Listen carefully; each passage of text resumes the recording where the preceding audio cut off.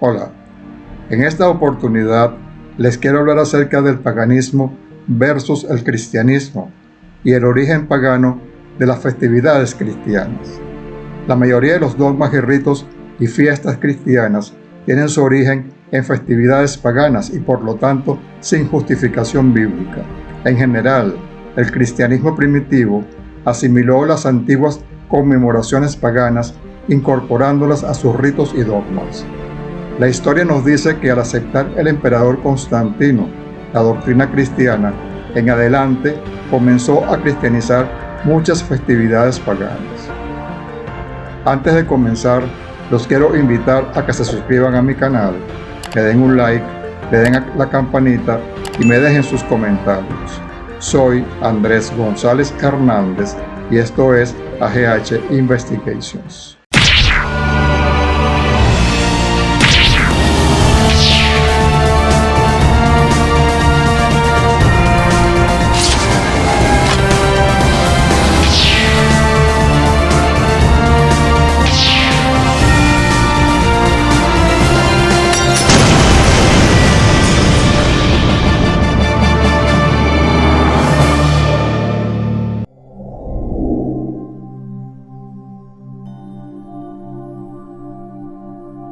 La mayoría de los dogmas, ritos y fiestas cristianas tienen su origen en festividades paganas y por lo tanto sin justificación bíblica. La historia nos dice que al aceptar el emperador Constantino la doctrina cristiana, en adelante comenzó a cristianizar muchas festividades paganas.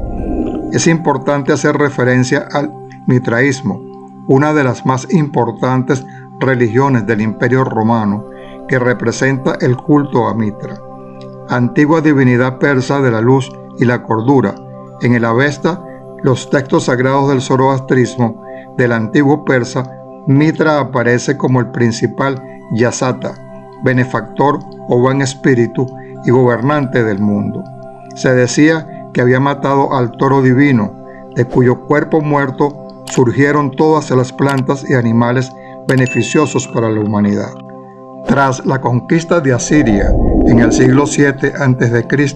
y de Babilonia en el siglo VI a.C., Mitra se convirtió en el dios del sol, que era venerado en su nombre.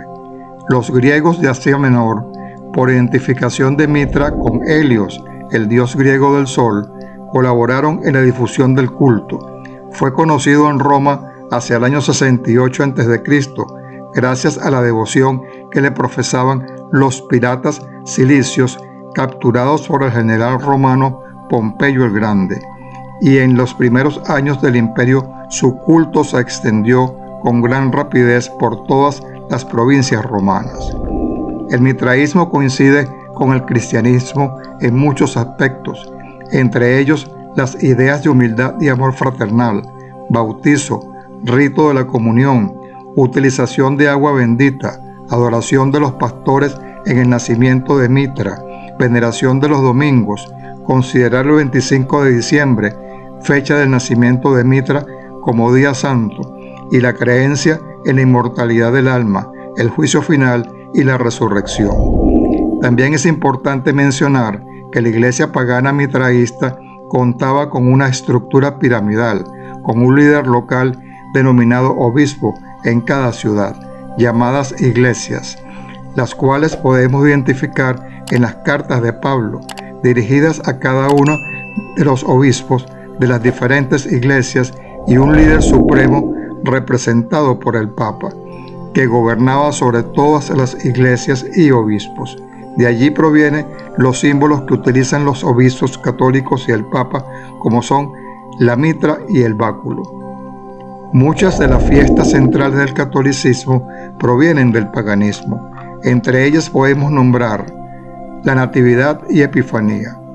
El origen de esta fiesta nos dice que no era conocida con el nombre de Navidad, sino como Saturnalias, celebrada por los romanos paganos de los días 17 al 24 de diciembre, y el 25 el nacimiento del dios Sol. Se celebraba cuando el sol estaba más bajo en el cielo, y así los días se hacían más largos. Durante esta época se honraba a Saturno, dios del sol y del fuego. También era relacionado con la agricultura, pues ésta necesitaba el sol para poder sembrar y que las cosechas creciesen. El festival de invierno llamaba a este dios del sol para que volviese y las cosechas siguiesen creciendo. Los romanos celebraban la Saturnalia, que no era más que un festival que representaba el solsticio de invierno. El día del sol invicto. La fecha del nacimiento de Jesús es incierta. La iglesia no celebra cronología, sino el misterio. Se fijó la fecha de su celebración el día 25 de diciembre por las siguientes razones. El emperador romano Aurelio estableció que el día 25 de diciembre se celebraba la fiesta de la Natividad del Sol Invicto. Para conmemorar la introducción de la fiesta, se acuñaron monedas con la inscripción: El Sol, Señor del Imperio Romano. La Iglesia romana, preocupada por la participación activa de muchos cristianos en las fiestas organizadas en honor del dios Sol y por la extraordinaria difusión de su culto, el Papa Julio I estableció que los cristianos celebraran en el mismo día 25 de diciembre el nacimiento de Jesús, que es el sol de lo alto que ilumina las tinieblas, reinantes en la tierra y en el corazón de la humanidad. El nacimiento de Jesús se comenzó a celebrar a partir del siglo IV de nuestra era, sin embargo, sin concretar por la tradición una fecha fija. Así, hubo dos fechas posibles, el 25 de diciembre y el 6 de enero. La primera es la que se instituyó en el Imperio Romano de Occidente, mientras que la segunda lo fue en el de Oriente. Estas fechas no tienen una certeza cronológica con la verdadera fecha de nacimiento de Jesucristo, pero sí tienen una coincidencia con las festividades paganas de las religiones clásicas, tanto romanas como helenísticas, incluidas las egipcias. El 25 de diciembre era conocida en el Imperio Occidental como las fiestas del solsticio de invierno. En él se celebraba el término del acortamiento de las noches y el triunfo del dios Sol, con el alargamiento del día. Fue en el año 325 después de Cristo, en el primer concilio de Nicea, convocado por el emperador romano Constantino el Grande, cuando se decidió su institución como fiesta cristiana, pasando de conmemorar la llegada del invierno al nacimiento del Salvador. El solsticio de invierno en el hemisferio occidental se presenta el día 21 de diciembre, donde el sol muere, y el 25 de diciembre se conmemoraba el nacimiento del nuevo sol, o Sol Invictus, que representaba la resurrección del dios Sol para los paganos precristianos. Otra importante fiesta coincidía en tiempo y era la celebración del nacimiento de Horus, o la resurrección de Osiris, nacido de una virgen, Isis, y que seguía siendo virgen después del alumbramiento. El día 6 de enero era la fiesta de conmemoración de la fiesta de la luz. En esta fiesta se celebraba el nacimiento del sol. Así, en Alejandría, la noche del 5 al 6 de enero se recordaba el nacimiento del tiempo Aión, con una procesión de antorchas hasta el templo de Corión. En la procesión se entonaba el siguiente canto: La Virgen ha dado a luz, la luz aumenta, la Virgen ha dado a la luz el Aión. Este culto pasa a la cultura griega y es ritualizado en todo el imperio heleno. En cuanto a su cristianización, en el imperio de Oriente, como en la actualidad, en la religión ortodoxa griega se celebra el nacimiento de Jesús, mientras que en Occidente se instituye la Epifanía, o fiesta de visitación de los reyes de Oriente. San Juan Bautista y el rito del bautismo. Su celebración coincide con el solsticio de verano, es decir, el 24 de junio. Este era uno de los días centrales de las religiones paganas, el día del culto al dios Sol. Era una fiesta extendida por todo el mundo antiguo, partiendo del culto a Ra. El dios Sol para los egipcios, cuya deidad fue asumida con distintos nombres por la cultura helena, en primer lugar, y después por la cultura romana.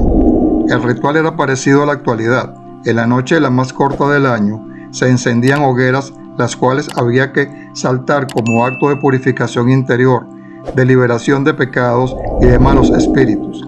En su cristianización se mantiene el sentido, se le aplica a San Juan Bautista, el profeta que predicaba el bautismo de arrepentimiento de los pecados. Semana Santa y Pascua de Resurrección. Como en las fiestas de la Navidad, su conmemoración comienza en el siglo IV después de Cristo, y como en esta, también tiene su base en una celebración pagana, el culto al dios Atis, celebrándose su muerte y su posterior resurrección. La fiesta de la Pascua se celebra siempre el primer domingo siguiente a la primera luna llena de primavera, por eso su carácter cambiante.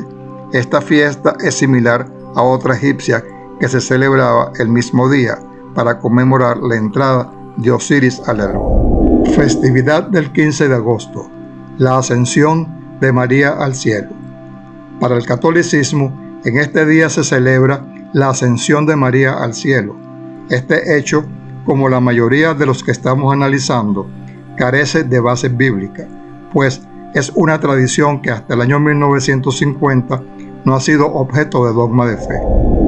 Como en todas las festividades analizadas, tiene una coincidencia pagana. A mediados de agosto se celebraba en la antigua Grecia y en Roma el culto a Hécate, Artemisa o Diana, diosa de la luna y reina del cielo, como objeto de evitar que enviara las tormentas que tan dañinas son para las cosechas en estas fechas. También se celebraba la constelación de Virgo, la sexta de las constelaciones del zodíaco y una de las más grandes en cuanto a tamaño, solo superada por Hidra, aunque su tamaño no se corresponde con su brillo, puesto que solo su estrella principal, Alpha Virginis, más conocida como Spica, tiene una magnitud considerable. En lo que se refiere a su mitología, es una de las más diversas y con más nombres que pueden haber dado lugar a ella, de todas las existentes en el zodíaco. Inicialmente se representaba a la Virgen como una mujer con una espiga en la mano. Virgo es derivado del término virgin, que significa virgen. María, Reina del Cielo. Uno de los innumerables títulos que la Iglesia Católica le concede a María es el de Reina del Cielo. María, según reza uno de los principales dogmas de fe del catolicismo, fue ascendida a los cielos y una vez allí, por la importancia de su misión, es decir, la de ser la escogida para engendrar al Salvador, se le otorga el título de Reina del Cielo. Es en el libro de Jeremías, específicamente en el capítulo 7, versículos 17 al 19, donde encontramos este título. Esta Reina del Cielo se refiere a la diosa Astoret o Astarte, que era venerada por el pueblo fenicio, cananeos y sidonios. La influencia babilónica no solo se centró en Fenicia, sino que también tuvo su importancia en otra de las grandes culturas de la antigüedad, como es la egipcia. El mito de la Virgen Madre del Vengador, es decir, del justo, pues vino a hacer justicia contra el maligno, recae en Isis. En el año 80 a.C. se funda en la colina vaticana, justo en el lugar donde se ubica la Basílica de San Pedro, el templo de Isis. Sus creencias encajaron en la sociedad clásica y junto con la griega Artemisa y la romana Diana, con un ámbito doctrinal parecido, fueron adoradas por multitud de fieles. Hay que resaltar que fue su culto por Justiniano en el año 535 después de Cristo, el último abolido de la religión pagana. En la faceta de Reina del Cielo se la representaba posada en una luna creciente con 12 estrellas en forma de corona sobre su cabeza. Esta es una de las formas habituales de representar a la Virgen María como Reina del Cielo. María, Madre de Dios. Las diosas Semiramis, Astarte e Isis Tienen en común que son las madres de un hijo, engendrado de forma sobrenatural, permaneciendo vírgenes después de su alumbramiento.